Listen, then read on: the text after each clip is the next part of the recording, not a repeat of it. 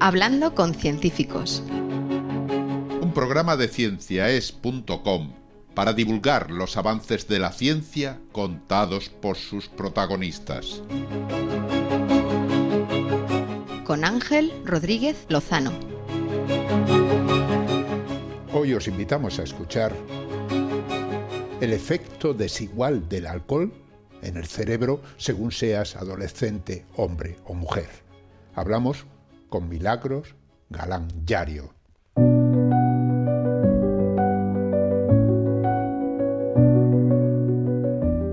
El alcohol ha acompañado a la humanidad desde hace miles de años. Lo vemos en fiestas, en celebraciones, en reuniones con amigos, y muchos lo asocian con pasar un buen rato. Pero sabemos que es una sustancia tóxica que afecta a nuestros órganos, entre ellos al hígado y al cerebro. Pero, ¿te has preguntado alguna vez qué le hace al cerebro si eres un adolescente o si eres un hombre o una mujer? La tesis doctoral defendida por Milagros Galán Llario, nuestra invitada hoy en Hablando con Científicos, entra de lleno en este tema y arroja datos sorprendentes. El estudio no solamente muestra cómo el alcohol puede dañar más el cerebro de un adolescente frente al de una persona adulta, sino que revela notables diferencias entre machos y hembras. Milagros Galán ha llevado a cabo una serie de experimentos con animales de laboratorio que muestran el efecto protector de una molécula que, administrada en determinadas circunstancias, podría proteger al cerebro de algunos de los efectos nocivos del alcohol.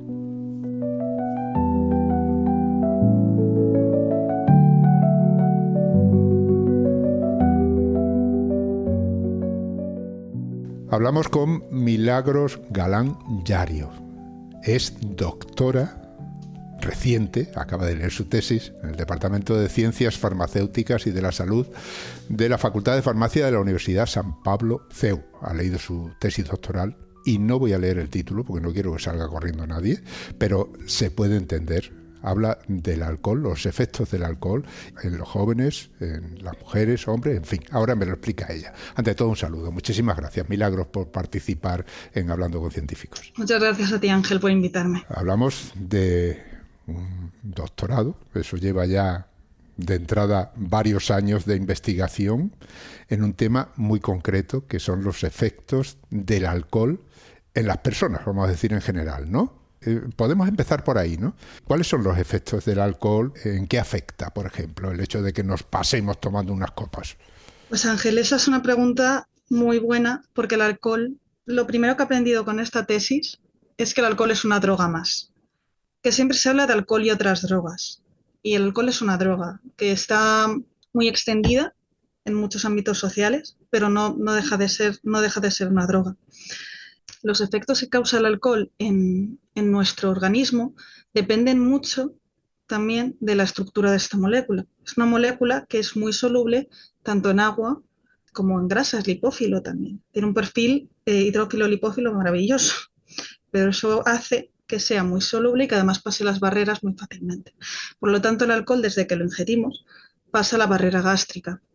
Tiene efectos a nivel gastrointestinal, rompiendo esta barrera intestinal y haciendo que, por ejemplo, las bacterias de nuestro sistema digestivo, por esta rotura de la barrera intestinal, liberen sustancias al torrente sanguíneo que hacen que se provoque una inflamación crónica. Por lo tanto, el alcohol puede ser un agente de inflamación crónica.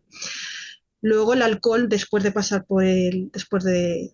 absorberse muy fácilmente, pasa al hígado, donde se da una cosa que es el metabolismo de primer paso.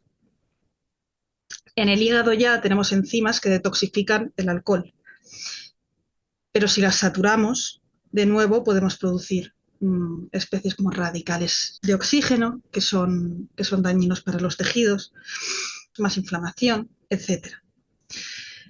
No solo eso, sino que se ha visto también que produce diferentes tipos de cáncer, 7 cánceres, está claramente ligado al desarrollo de cáncer. Y una vez hablado de el efecto sistémico que tiene el alcohol, sobre todo hablando a nivel hepático, que es lo que nos viene la primera a la cabeza cuando pensamos en alcoholismo, es una cirrosis hepática, un daño en el hígado, porque es el primer encargado de detoxificar el organismo, porque el alcohol es un tóxico. Es que al final, si tú ves a una persona de resaca y no sabes que ha bebido, pensarías que la han intoxicado. El alcohol, al fin y al cabo, es un tóxico, lo tenemos que detoxificar como tal. Y una vez hemos hablado de estos efectos del alcohol a nivel más sistémico, que por cierto no se deben al alcohol como tal, sino a la molécula a la que se metaboliza, que es el acetaldehído, en mi tesis nos hemos centrado, aunque también hay un grupo que mira los efectos a nivel sistémico, en mi tesis nos hemos centrado principalmente en los efectos de esta molécula en el sistema nervioso central, porque el alcohol pasa la barrera hematoencefálica, que es la barrera que separa el cerebro del resto del organismo, del resto del torrente sanguíneo. Es muy importante porque el cerebro tiene que estar protegido de todos aquellos daños que puedan ocurrir en el sistema. Pero el alcohol, por este perfil lipófilo-hidrófilo que te he dicho antes, que es muy bueno, pasa esta barrera hematoencefálica de forma muy sencilla. Además, es una molécula muy pequeña, por lo tanto no tiene ningún problema al pasar. Y entonces ya entra en el sistema nervioso central y ya en el sistema nervioso central, de nuevo, afecta a múltiples células, porque de nuevo pasa las barreras de esas células de forma muy sencilla y provoca inflamación, provoca muerte neuronal, etc. Además de activar circuitos como el circuito de recompensa y tener estos efectos de adicción que causa. Por lo tanto, el alcohol, a diferencia de otras drogas, como la cocaína, que tiene sus receptores determinados o inhibe directamente la recaptación de dopamina, o las metanfetaminas, u otro tipo de drogas que tienen un efecto mucho más concreto, el alcohol tiene un efecto muy general debido a esta capacidad que tienen de pasar membranas, que puede actuar a nivel de todo el organismo. Entonces, por eso, a pesar de que se ha visto como una droga blanda, siempre digo que hay que tener muchísimo cuidado con ella. Uno de los efectos en los que nos fijamos cuando vemos una persona que se ha pasado unas cuantas copas es que, para empezar, su cerebro no funciona adecuadamente. El alcohol interfiere en una serie de cosas, porque el equilibrio no lo mantiene, balbucea, dice incoherencias, es decir, que los efectos dentro del cerebro son terribles, ¿no? Abarca a un montón de funciones. A nivel cerebral, tú lo que puedes notar, y esto está muy bien descrito, dependiendo del nivel de alcohol en sangre que tengas, tú puedes notar, lo primero que se nota cuando tomas alcohol es una euforia, ¿no? Tú notas una desinhibición y por eso mucha gente empieza tomando alcohol. ¿Esto por qué ocurre? Porque el alcohol lo que hace es activar las neuronas inhibitorias, ¿vale? Las neuronas GABAérgicas, ¿vale? Y entonces, si activan, entiéndeme, las neuronas inhibitorias de las neuronas GABAérgicas principales. Por lo tanto, inhibes estas neuronas inhibitorias de la corteza prefrontal, ¿vale? O sea, estamos inhibiendo las neuronas inhibitorias principales al principio, cuando tienes una cantidad de alcohol mínima. Por lo tanto, estamos inhibiendo el sistema de inhibición de la impulsividad, de la corteza prefrontal, que es la que nos manda cómo realizar las decisiones. Vale, tenemos un nivel de alcohol en sangre bajito y entonces estamos desinhibidos. Ya. O sea que ahí rompemos la primera barrera, ¿no? Decimos cosas con una alegría que no la diríamos si no hubiéramos bebido, ¿no? Entonces ahí ya empezamos con esa inhibición. Además, y una vez pasamos al siguiente nivel, o sea, seguimos bebiendo, se aumenta esta inhibición y ya empezamos a notar esa somnolencia. Las neuronas del cerebelo, que es el área cerebral que controla el equilibrio, son unas neuronas que son muy sensibles a los efectos del alcohol. También se inactiva la formación de recuerdos y entonces por eso tenemos esos blackouts, ¿no? Que tenemos cuando hemos sentido una borrachera que no nos acordamos de qué está pasando, ¿no? Entonces, digamos que el alcohol lo que hace es inhibir nuestro sistema nervioso central, comienza inhibiendo de una forma muy, muy leve, por lo tanto inhibe a la corteza prefrontal y entonces estamos como mucho más dicharacheros, pero una vez nos pasamos, la inhibición se vuelve muy, muy general y tenemos ya muchos sistemas afectados. Ya. Ujú.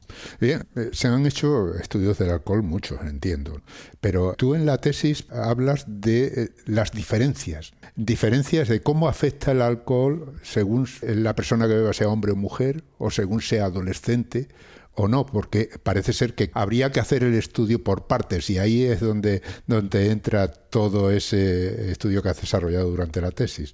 Efectivamente, el alcohol es tóxico a todas las edades y en todos los niveles, ¿vale? Eso no hay que dudarlo, pero, por ejemplo, primero centrándonos en hombres y mujeres. Sabemos, y muchos invitados que habrás tenido seguramente te lo habrán contado, que en ciencia se ha trabajado largamente con machos, obviando los estudios en hembras. Y con el alcohol, además, alcohol, drogas, etcétera, es particularmente llamativo. ¿Por qué? Porque hasta hace poco, a mí también me gusta mucho la historia, es otra de mis pasiones. Y entonces, estudiando un poco la historia del alcohol, hasta hace poco, bueno, pues la mujer no bebía de forma pública. Quizás bebiera en casa porque la mujer, luego lo explicaré, tiene otras motivaciones por las que beber, pero no bebía de forma pública, no se veía. El alcoholismo siempre ha sido un problema de hombres, no de mujeres. Pero no es porque ellas no beban o porque ellas no tengan esa vulnerabilidad, sino porque no estaba socialmente bien visto y no se bebía, igual que las mujeres no fumaban fuera de casa, no fumaban. Entonces, a medida que la mujer se fue liberando, sí, tomaron un montón de libertades, pero también adquirieron esos malos hábitos que eran propios de los hombres, entre ellos el beber, el alcohol y el tabaco. Entonces, a partir de estos años del siglo pasado, de la mitad del siglo pasado para adelante, la mujer empezó a beber públicamente y se ha visto cómo cada vez más mujeres se vuelven alcohólicas, adoptan más problemas de alcoholismo, incluso más que los hombres, o llegando a tasas muy similares. Por lo tanto, se ha convertido en un tema fundamental porque en mi estudio no nos hemos centrado en esto, pero hay muchos, muchos estudios sobre el síndrome alcohólico fetal, que es el problema que tienen los fetos si la madre bebe durante el embarazo. Es un síndrome que dura toda la vida. Por lo tanto, son claramente un objetivo a estudiar. Además, no solo esto, no solo a nivel histórico las mujeres han bebido más. Ahora, ya con esto, con más datos de mujeres bebiendo, podemos fijarnos que las mujeres y los hombres difieren en cómo beben, ¿vale? Los hombres suelen beber por un tema más social. Venga, estoy con los amigotes y todos beben y yo bebo. Suelen ser incitados a beber por eso, mientras que las mujeres no. Las mujeres no suelen tener el grupo esa presión, sino que beben más por calmar la ansiedad, ya que son más sensibles a la ansiedad. Por lo tanto, es típica imagen, ¿no? Que nos enamora de una madre agobiada que llega a casa a saber la botella de vino y se la bebe. Pues eso, así es como beben las mujeres. Eso es cuanto a la motivación de cómo beben. Luego, ¿cómo adquieren la adicción? Los hombres suelen adquirir la adicción más paulatinamente. Una mujer puede pasar a ser adicta, esto es un efecto que se llama en inglés telescoping, de una manera mucho más rápida. Bebiendo muchas cantidades mucho más bajas de alcohol, puede pasar a ser alcohólica mucho más rápidamente. Y luego, a nivel de búsqueda de tratamiento, las mujeres sigue habiendo mucho estigma y las mujeres siguen teniendo mucho más problema en esta búsqueda de tratamiento, porque ya te digo, beben de una manera mucho más aislada, entonces muy poca gente a lo mejor se puede dar cuenta del problema. Y como suelen beber por temas de ansiedad, es difícil que se recuperen de su adicción. ¿Vale? Es más difícil que los hombres. Entonces me dices que los estudios que existían iban referidos fundamentalmente a hombres, precisamente por esa invisibilidad de las mujeres como bebedoras, ¿no? Lo que quiere decir que los datos están totalmente sesgados, claro. Eso pasa mi doctorado es en el área de farmacología. Pasan en muchísimos, por ejemplo, estudios con fármacos. Los estudios con mujeres no se han hecho. Pero, por ejemplo, fármacos que llevan en el mercado mucho tiempo, pues ya se sabe cuál es el efecto en mujeres porque lo han tomado millones de mujeres y se sabe que no hace nada, pero no porque haya un estudio previo en mujeres. Ahora ya en ciencia, por ejemplo, en estudios con animales, se obliga a que haya machos y hembras siempre en todos los estudios y si no tienes ambos sexos, justificar por qué no los tienes. Es obligatorio, porque definitivamente yo por lo que he visto es complicado, o sea, mete una variable muy grande en el estudio, pero se ven diferencias muy grandes. Se ven diferencias muy grandes a nivel de cómo actúa un fármaco y cómo consumen alcohol o cómo les afecta. Se ven diferencias muy grandes. Sí, porque has hablado de comportamientos, pero ¿el cerebro de la mujer también es más sensible al alcohol o menos sensible que el del hombre? Según mis estudios, en realidad no. Es más resistente y tiene bastante sentido si piensas en la acción protectora de los estrógenos. Los estrógenos tienen una acción neuroprotectora a través de diferentes receptores que existen en las neuronas. Una vez se produce la menopausia, este efecto se pierde. Pero durante la edad adulta de la mujer, los estrógenos cumplen una función neuroprotectora muy grande. Y es lo que se ve cuando estudiamos el cerebro tras el alcoholismo en estos animales. Pero no solo eso, sino que además, hablando de los estrógenos, es importante en las mujeres y en las hembras que nosotros tenemos en los estudios, tener en cuenta el ciclo estral. El ciclo estral en las ratonas, el ciclo hormonal en las mujeres, el ciclo menstrual, porque no se bebe de la misma manera en todas las fases del ciclo. Hay fases del ciclo, dependiendo del pico de hormonas, que te hacen más proclive a tener esa ansiedad por beber. Y eso pasa también en las hembras. Entonces, por eso también hay que trabajar con hembras pone mucha dificultad al estudio. O sea, eso es indudable. Pero se pueden descubrir muchísimos datos que te estás perdiendo usando solo machos. Porque es que son muy diferentes.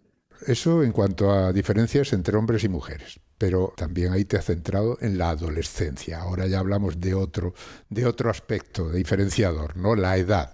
Ahí el alcohol en la adolescencia juega un papel importante, sobre todo porque parece ser que los adolescentes, digamos, son proclives a usarlo en determinados momentos y, claro, están ahí en desarrollo. ¿Qué pasa en esos casos? Pues justo nosotros en mi grupo hemos trabajado con alcohol durante mucho tiempo y en este estudio en el que yo desarrollé durante mi tesis nos centramos en la adolescencia particularmente. ¿Y por qué? Porque aunque el alcohol, como te he dicho, es tóxico y es nocivo durante todas las etapas de la vida, no tiene un efecto beneficioso que pueda sobreponerse a este efecto negativo que tiene, por muchos mitos que haya. No hay. Durante la adolescencia, el cerebro es particularmente sensible porque, como tú me has dicho, es un cerebro en desarrollo. A mí durante la tesis me ha resultado muy interesante aprender sobre la adolescencia, porque es una etapa que en ciencia también se ha obviado mucho, porque o se trataban como adultos o se trataban como niños. Pero el cerebro de un adolescente es diferente al de un niño y diferente al de un adulto.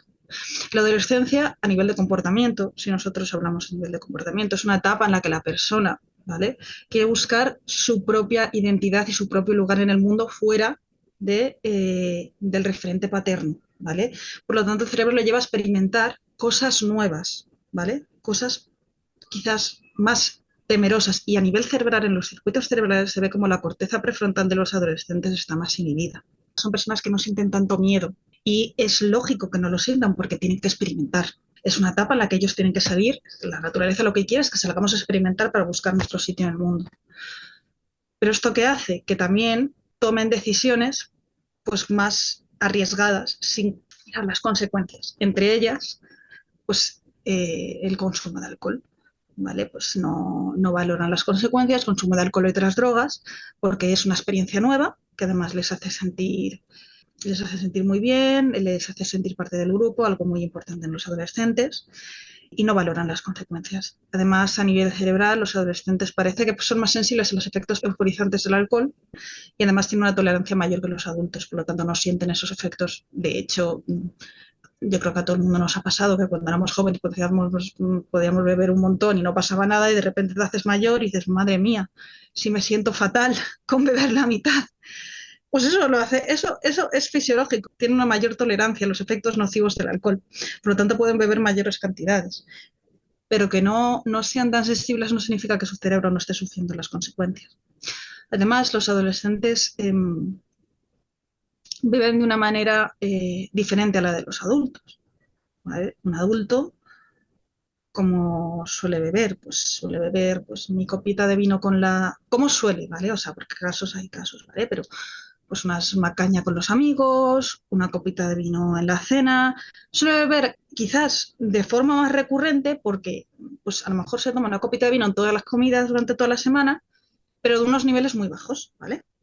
Sigue sin ser beneficioso, pero ¿qué hay con diferencia con el adolescente?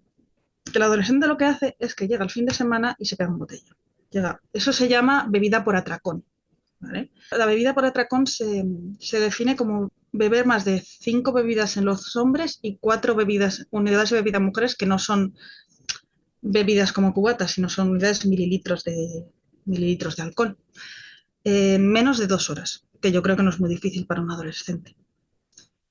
Eso eleva los niveles de alcohol en sangre muy rápido, ¿vale? Por lo tanto, el hígado no es capaz de detoxificarlo, no es capaz, nuestro cerebro tampoco, porque el cerebro tiene las mismas enzimas que tiene el hígado para detoxificar el alcohol, y entonces el alcohol empieza su ciclo tóxico del cerebro. No solo eso, no solo es que beban una cantidad de alcohol muy alta, sino que beben durante el fin de semana y durante la semana no beben, ¿vale? Otra cosa que he descubierto en esta tesis es que los periodos de abstinencia, cuando te pegas un atracón y el nivel de alcohol sube muchísimo y de repente te pegas un periodo de abstinencia, este periodo en el que el cerebro tiene que volver a la homeostasis, como le has provocado un daño tan grande y tan abrumador, es como un tsunami que le ha pasado al cerebro, este proceso de abstinencia también provoca como rebote una serie de liberación de marcadores de moléculas proinflamatorias, etcétera, que pueden ser nocivas y se han visto en muchísimos estudios. De repente tienes elevación de moléculas proinflamatorias cuando ya no hay alcohol en sangre, pasadas unas horas. Y es por este efecto rebote del alcohol. Porque la inflamación, aunque sea positiva a la hora de protegernos de un efecto, de un daño, si la mantenemos crónicamente o si es muy, muy exacerbada, al final lo que intenta es como un caballo desbocado que no sabe dónde va, que se lía. Entonces esa es una de las razones por las que nos fijamos en los adolescentes, porque es una población especialmente vulnerable en cuanto al consumo del alcohol y otras drogas. Bueno, la verdad es que podríamos estar hablando de este aspecto mucho, pero no llegaríamos a la tesis en sí. Claro, ahora tú te pones a investigar esto y lógicamente es una investigación que en personas es muy complicada. Y hay que hacerlo, lógicamente hay que empezar por donde siempre, que son animales de laboratorio. Habéis estado investigando en ratones, pero lógicamente habéis estado investigando un aspecto de todo esto que has ido describiendo, ¿no?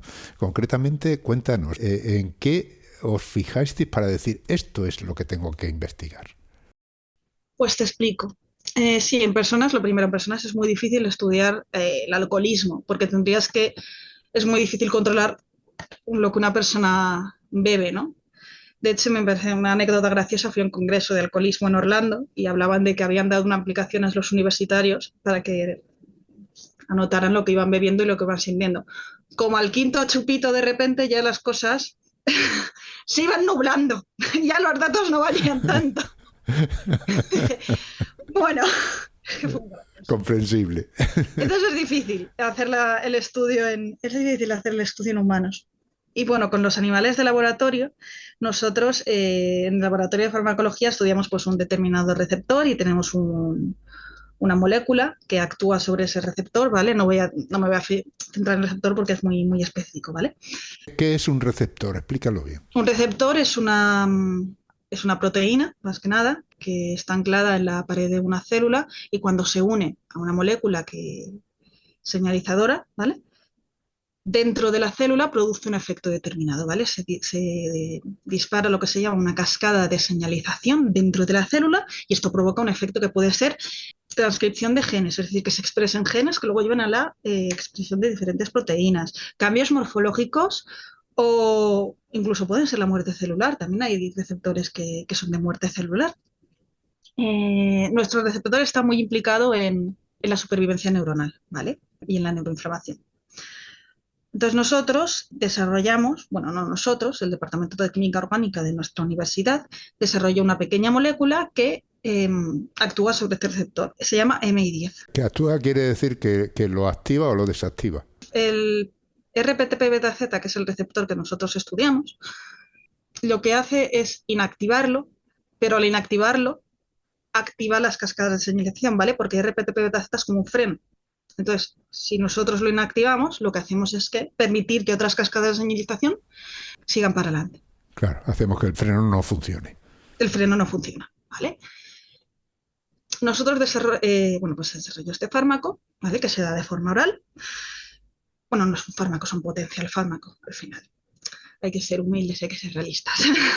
Y entonces lo damos en diferentes trastornos neurodegenerativos. En mi caso, en mi área, pues en el alcoholismo, que ya se ha visto que tenía efecto disminuyendo la acción reforzadora del alcohol, tenía efectos sobre la acción neuroinflamatoria del alcohol, etc. O sea que ese receptor de alguna manera se ve activado o desactivado en función de la cantidad de alcohol. No en función de la cantidad de alcohol, pero sí que medía los efectos. O activarlo o desactivarlo tiene efectos diferentes sobre lo que es una bebida de alcohol normal, ¿vale? O sea, si nosotros modulamos ese receptor, pues podemos modificar comportamientos y consecuencias, ¿vale? Consecuencias a nivel fisiológico del cerebro debidas al alcohol. Muy bien, Milagros. Pues vamos a tomarnos un pequeño descanso antes de meternos ya en profundidad en todo esto que estás contando.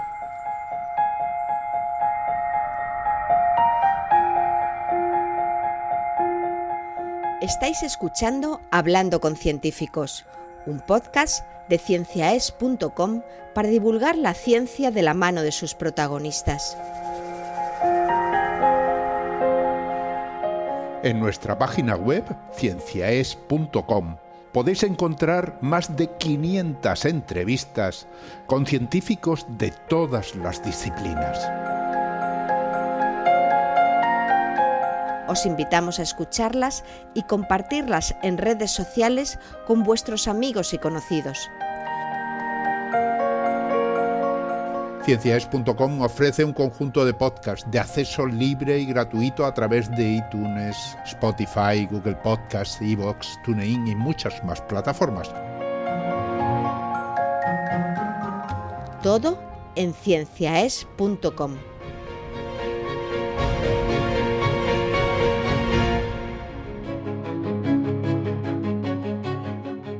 Continuamos hablando con Milagros Galán Llario.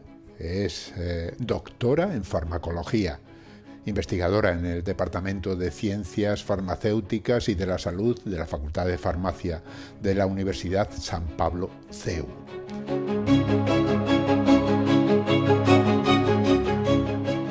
Como veníamos diciendo, Milagros acaba de leer su tesis doctoral sobre los efectos del alcohol y concretamente ha estudiado una sustancia determinada que parece ser que protege el cerebro de alguna manera.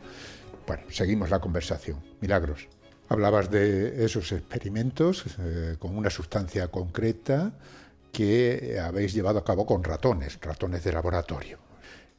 En esas investigaciones investigabais los efectos en ratones jóvenes, en adolescentes y también en machos y hembras para ver las diferencias. Descríbenos con más detalle en qué consistían esos experimentos. Tenemos dos modelos en mi tesis. Cuando me refiero a modelos son como protocolos diferentes que hemos seguido, ¿vale? Con el mismo fármaco. Entonces, uno de ellos lo que usábamos era ratones adolescentes a los que les provocábamos con una dosis de alcohol muy grande una especie de coma etílico, ¿vale? O sea, les dábamos una dosis de alcohol muy grande y les provocábamos un coma etílico. Además, les dábamos el fármaco. Una cosa, ¿a los ratones les gusta el alcohol como a nosotros nos puede gustar tomar una caña? En este primer modelo, ya te lo explicaré luego, pero en este primer modelo se lo inyectábamos porque es una cantidad de alcohol demasiado grande para que ellos la puedan beber. Es que cuando estudiamos drogadicción en un modelo animal, pues a lo mejor una persona sin ese ambiente social en el que está invitado a beber, no bebería nunca.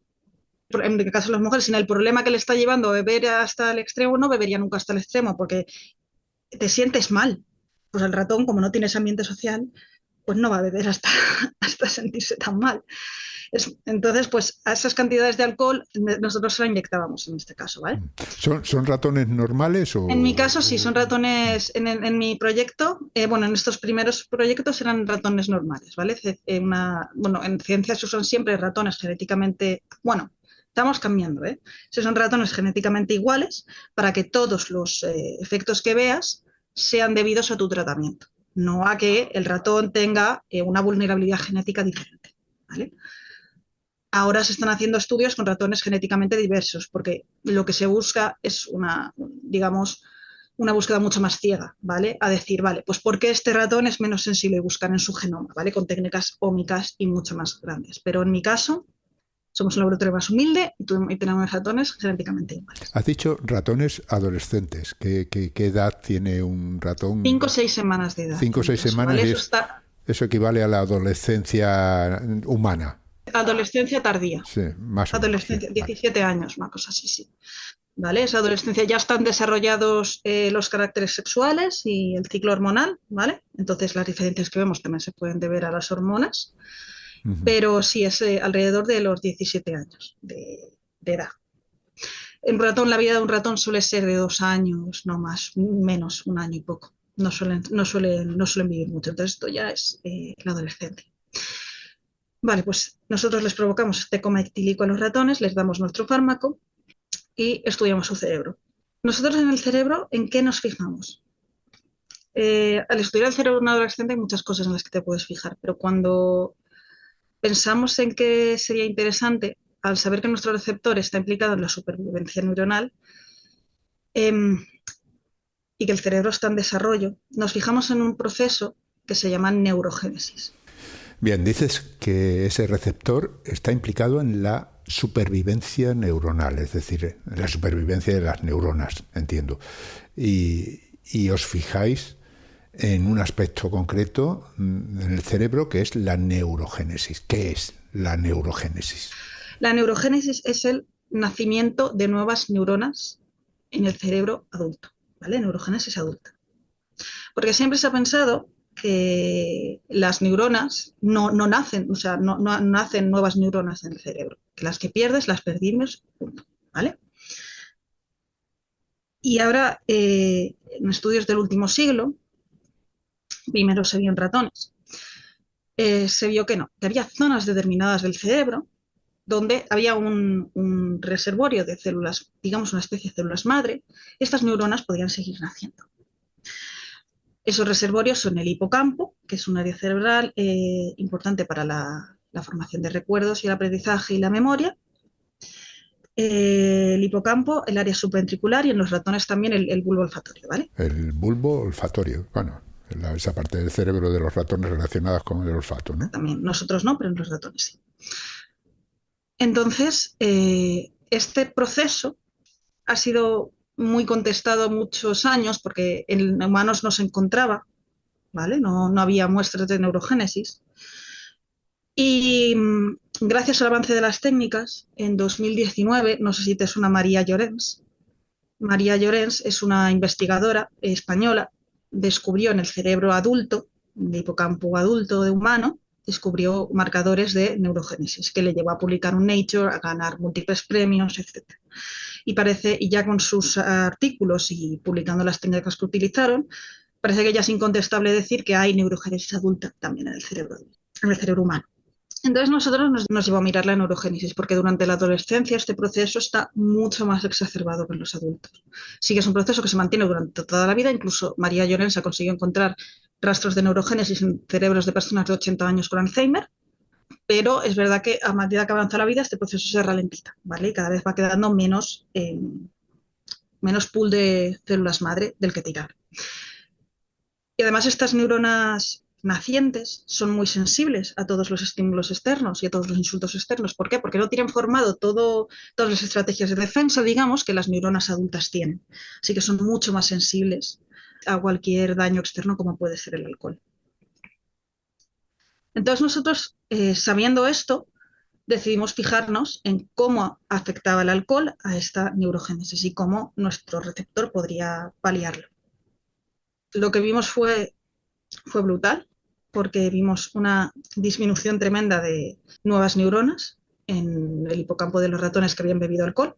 Y bueno, nuestro fármaco impedía y protegía de esta pérdida. Ajá, o sea que los ratones generaban menos neuronas si bebían, pero no porque se destruyeran esas neuronas, sino porque no nacían nuevas. Eso no lo sabemos, lo hemos estado mirando. Es que pues se destruyen al principio o se ralentiza el ciclo celular al principio, eso es lo que no sabemos.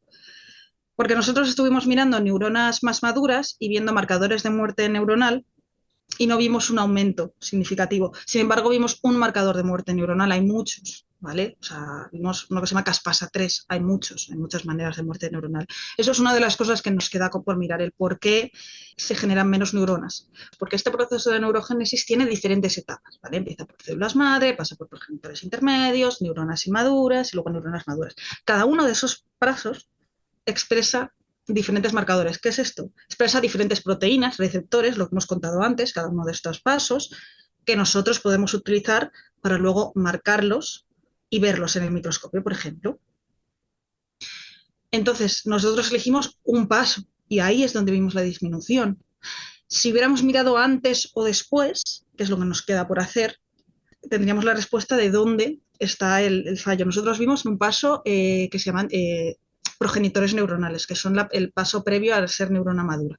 Y ahí es donde vimos la disminución. Pero es verdad que este proceso, ya te digo, es totalmente heterogéneo y tiene diferentes marcadores. Vale, o sea que vosotros ahí comprobasteis que se producían menos neuronas, dejémoslo ahí, y que esa molécula que tenías que servía de freno al receptor y demás, estaba incidiendo en ese proceso. Evitando esta pérdida. O sea que protegía de alguna manera.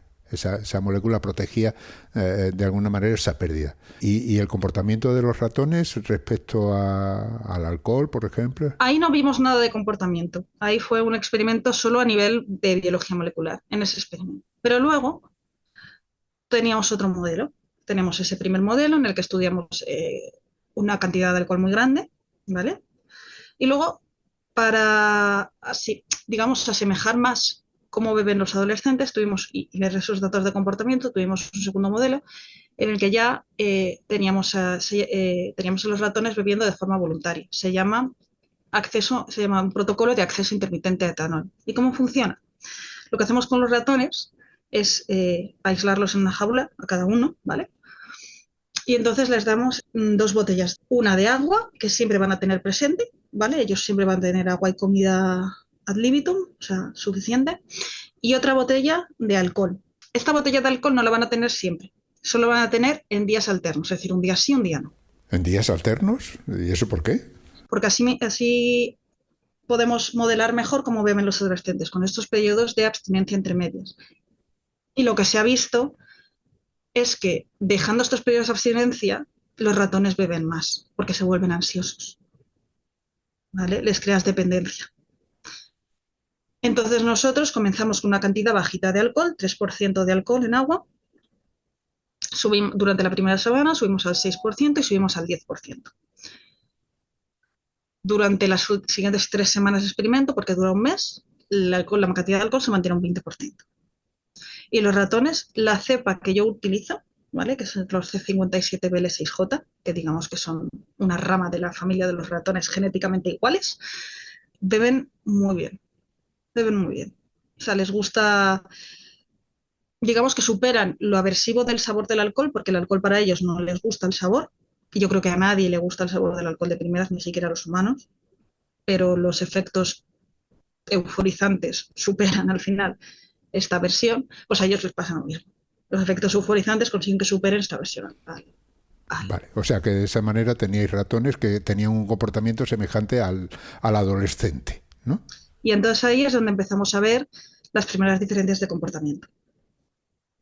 ¿Por qué? Porque nosotros les dábamos el fármaco antes de darles la botella de alcohol, ¿vale? Solo se lo dábamos cuando les íbamos a dar la botella de alcohol. O sea que esa molécula que vosotros que sirve de freno se la dais antes de empezar a beber. Uh-huh. Bien. Sí. ¿Y ahí qué vimos?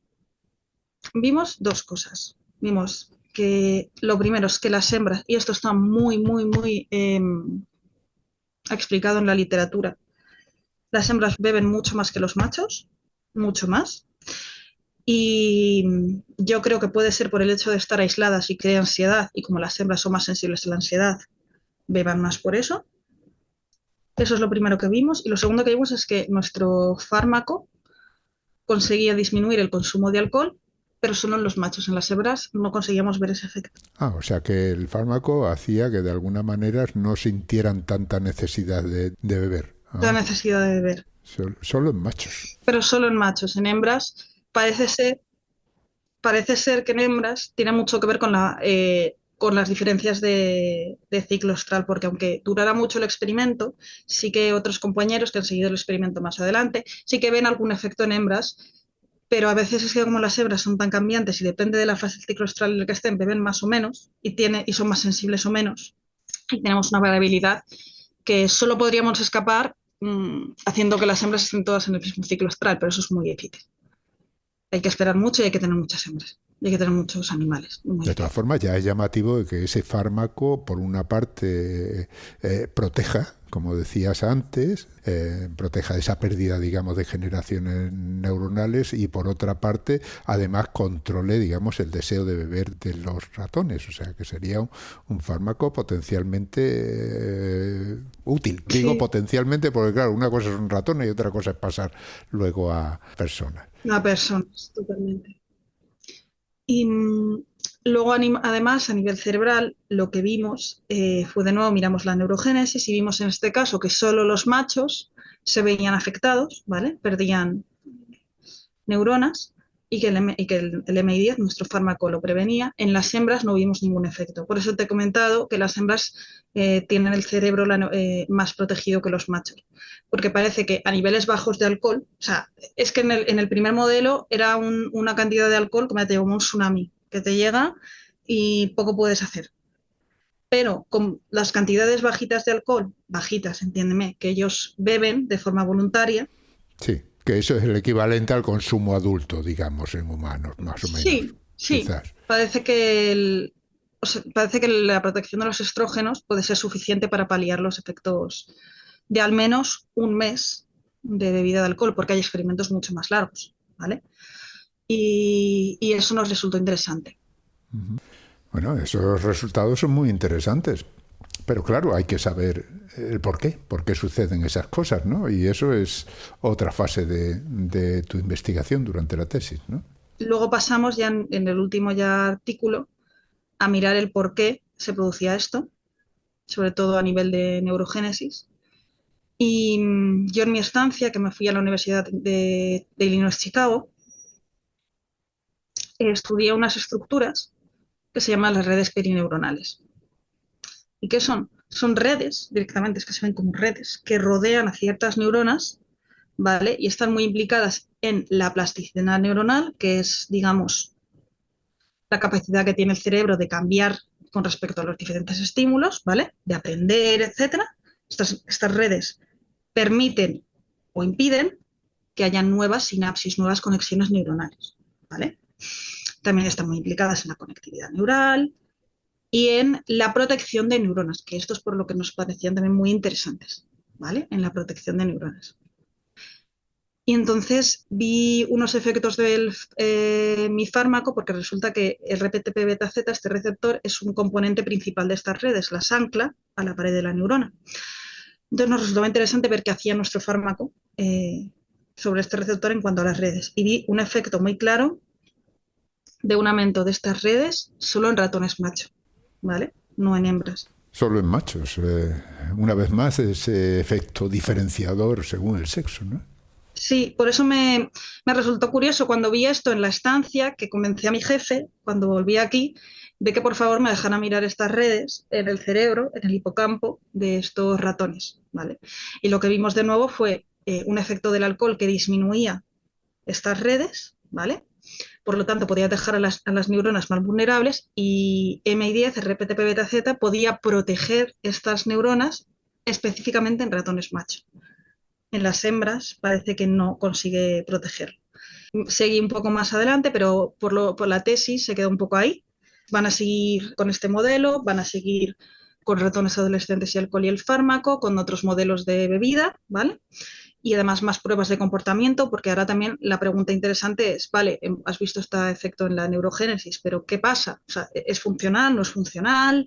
¿Aprenden menos, aprenden más? ¿Ves efectos a nivel de comportamiento? Porque puedes ver lo que sea a nivel biológico, pero si esto no tiene efectos a niveles comportamentales, quizás no sea biológicamente significativo. Entonces se están haciendo muchas pruebas de comportamiento y se van a seguir estudiando otros marcadores. Como te he dicho, queda mucho por mirar, queda mucho por hacer. Y la verdad es que estoy muy emocionada con que eso se siga. La verdad es que el tema es interesantísimo y, por supuesto, ya sabemos que cuando se investiga se cierran puertas pero se abren muchísimas más. O sea, es así. Muy bien, pues el tema es interesantísimo. ¿Vas a seguir con eso o vas a cambiar de tema? Ahora, normalmente en la ciencia, ¿vale? Ahora me voy a hacer un postdoc. Normalmente en la ciencia, sobre todo en España, se aconseja irse fuera un tiempo, ¿no? Porque al final las experiencias que puedes ganar fuera pues son muy enriquecedoras. Entonces a mí estoy en un proceso ahora hablando con mi antigua jefa de estancia para irme a su laboratorio. Ya estamos estamos en el proceso formal que hay que hacer para que me den la visa porque es en Estados Unidos. Y allí el primer proyecto al que me voy a unir es un proyecto es cambiar totalmente de tercio, siguiendo con el tema del alcohol, porque yo no me quiero despegar de las enfermedades psiquiátricas, me parecen interesantísimas. Y vamos a seguir estudiando los efectos del alcohol, pero en este caso a nivel epigenético, ¿vale? Porque ¿qué es la epigenética? Son las marcas, ¿vale?, sobre el ADN que pueden causar pues, diferentes estímulos, diferentes situaciones, ¿vale? Ambientales, suelen ser de origen ambiental, y eso hace que los genes se expresen de una manera o de otra, ¿vale?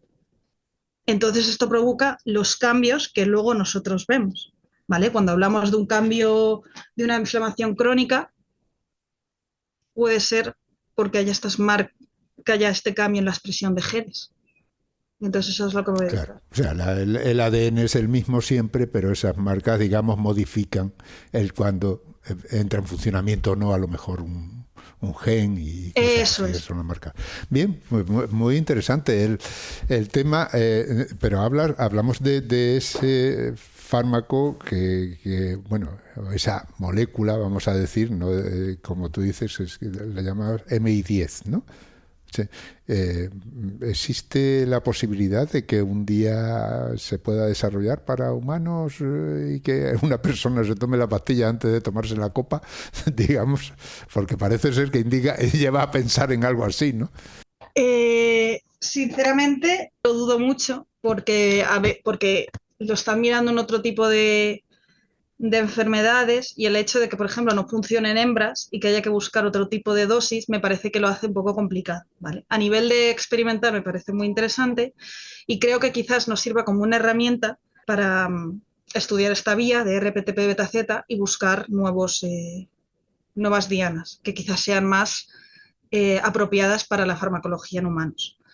De hecho, ya lo estamos probando. Ya mi jefe ha mirado nuevas moléculas que puedan servirnos para inhibir este receptor o moléculas afectadas por él. Bueno, en última instancia siempre son avances, conocimientos nuevos que luego se van sumando a otros conocimientos y que al final no sabemos dónde van a llevar, pero llevan a algún lado y por supuesto el conocimiento humano aumenta, ¿no? Así que esa es tu contribución hasta ahora. Veo que tienes una carrera muy brillante por delante, así que enhorabuena por esa tesis. Antes de terminar, siempre me gusta que habléis del equipo, el equipo con el que has trabajado, menciones a algunas personas que creas conveniente y demás, porque claro, nadie investiga solo, ya, ni muchísimo menos. Eso era cosa del siglo XIII y creo que poco. Entonces, cuéntame, háblame de ese equipo que ha participado en esta investigación. Pues me encanta que me hagas esta pregunta porque la verdad es que creo que el doctorado es un camino difícil y si no tienes un equipo bueno a tu lado, puede que sea imposible, de verdad lo digo, o sea, porque es muy difícil, es muy duro y la ciencia. El otro día se lo comentaba, por ejemplo, a Amy, que va a ser mi jefa en Estados Unidos, le decía, porque me preguntaba por qué había elegido su laboratorio, y digo, por la investigación, pero sobre todo porque te conozco, sé cómo trabajas y sé que eres una muy buena persona y con la que trabajo bien. Y eso es importantísimo, yo creo que eso es clave.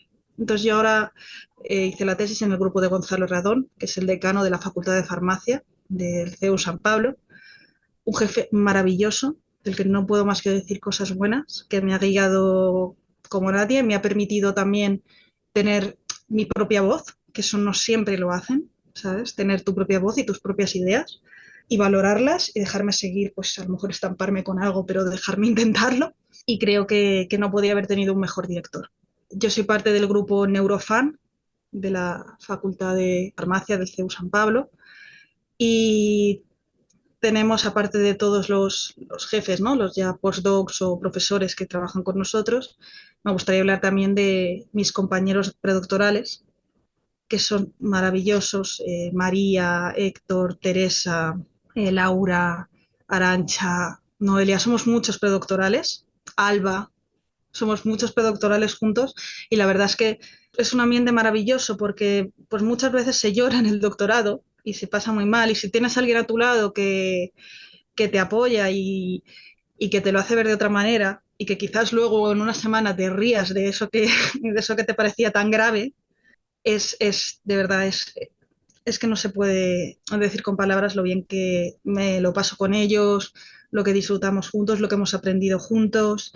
Y de hecho yo, mi idea a futuro, estoy tan contenta con el grupo Neurofan, que mi idea a futuro, después de la estancia en Estados Unidos, es volver aquí a España, a la universidad, al CEU San Pablo, a mi grupo, a Neurofan, a aportar el conocimiento que haya ganado y por ejemplo, a dar clase, que me encanta dar clase allí en la universidad y poder pues hacer que el grupo crezca, que es lo que me gustaría. Y bueno, ya la última pregunta. Tengo que preguntar por ti. Como siempre digo, hay por ahí estudiantes que escuchan el programa, que os escuchan y que alguno puede estar interesado en estos temas para investigar en un futuro y convertirse, quién sabe, pues en un investigador o investigadora. Y bueno, le viene muy bien vuestro ejemplo, ¿no? ¿Cómo te has dedicado a esto? ¿Esto te viene de pequeña o lo has encontrado después? ¿Cómo ha sido? Pues yo siempre he sido muy empollona. A mí siempre me ha gustado estudiar y yo creo que si me pudiera pasar la vida estudiando, me pasaría la vida estudiando, que por eso me dedico a investigar. Entonces, yo cuando elegí la carrera, elegí farmacia porque mi madre, además de que me gustaban las ciencias, mi madre tiene una farmacia aquí en Madrid. Pero yo le dije que yo no quería estudiar solo farmacia, que yo quería investigar y entonces que me apunté al grado el doble grado en el CEU de farmacia y biotecnología en inglés. Entonces me dio una visión mucho más amplia porque farmacia es una carrera muy bonita, pero quizás a veces se queda un poco atrasada a la hora de hablar de nuevos fármacos, de nuevas terapias, etcétera. Y biotecnología, como la dan en el CEU San Pablo, pues te abre todo ese abanico que quizás a farmacia le falta. Entonces, después de estudiar estas dos carreras, de nuevo, pues me encantó estudiar. Y ya en primer año me dijeron que si quería investigar tenía que sacar buena nota. Y eso es verdad. O sea, si quieres investigar y sobre todo que te paguen por ello, es imprescindible aquí en España sacar buena nota. Entonces, pues ya tenía como desde el principio ese objetivo en mente, que yo quería dedicarme a eso. Pero ya no fue hasta tercero de carrera que en mi universidad te daban la opción de entrar como alumno interno a un laboratorio para ver de primera mano lo que es trabajar en ciencia, ya no solo en las prácticas, sino de verdad en un laboratorio que se dedica a la investigación, que una compañera me dijo, si te gusta el cerebro, porque a mí siempre me había parecido lo más interesante, si te gusta estudiar el cerebro, este grupo, hablándome del grupo Neurofan, es el que se dedica a ello en la facultad. Hablé con el profesor y estuve desde tercero, estuve 3 años de alumna interna en el laboratorio, donde me dediqué veranos enteros a estar en el laboratorio, que a otra persona le puede parecer horrible. A mí me encantaba estar en el laboratorio y que me dejaran aprender. Me pasaba julio entero en el laboratorio. Conocía además allí pues a todo el grupo, etcétera, y después me encantó. Y ya cuando terminé farmacia, hablé con Gonzalo y me ofreció el proyecto del alcohol y le dije que sí. Y con él pedimos una beca de FPU, que es la beca del ministerio, y la conseguimos. Entonces he estado 4 años con la beca FPU, que es una beca bastante buena. Y entonces pues ya, nada, pues me metí en ello y bueno, pues al final lo hemos conseguido. Muy bien, pues me alegro mucho, enhorabuena, lo diré 1000 veces, ¿no? Porque yo sé el esfuerzo que tiene hacer una tesis Doctoral son muchos años de investigación, pero como tú dices, con sus momentos altos y bajos, sus momentos de alegría, de euforia, en el que a lo mejor alguna vez os tomáis 2 copas, y momentos de tristeza y de llanto, ¿no? Pues todo cabe en ese proceso. Así que, lo dicho, enhorabuena, muchísimas gracias por estas explicaciones, por haberme enseñado tanto, porque yo he aprendido mucho escuchándote y imagino que todos los oyentes también. Y ánimo, más adelante espero que volvamos a hablar y nos cuentes tus próximas investigaciones, porque nosotros estaremos encantados de escucharte. Muchas gracias, Ángel, muchas gracias. De acuerdo, pues hemos hablado con Milagros Galán Llario, que es doctora en el Departamento de Ciencias Farmacéuticas y de la Salud de la Facultad de Farmacia de la Universidad San Pablo CEU.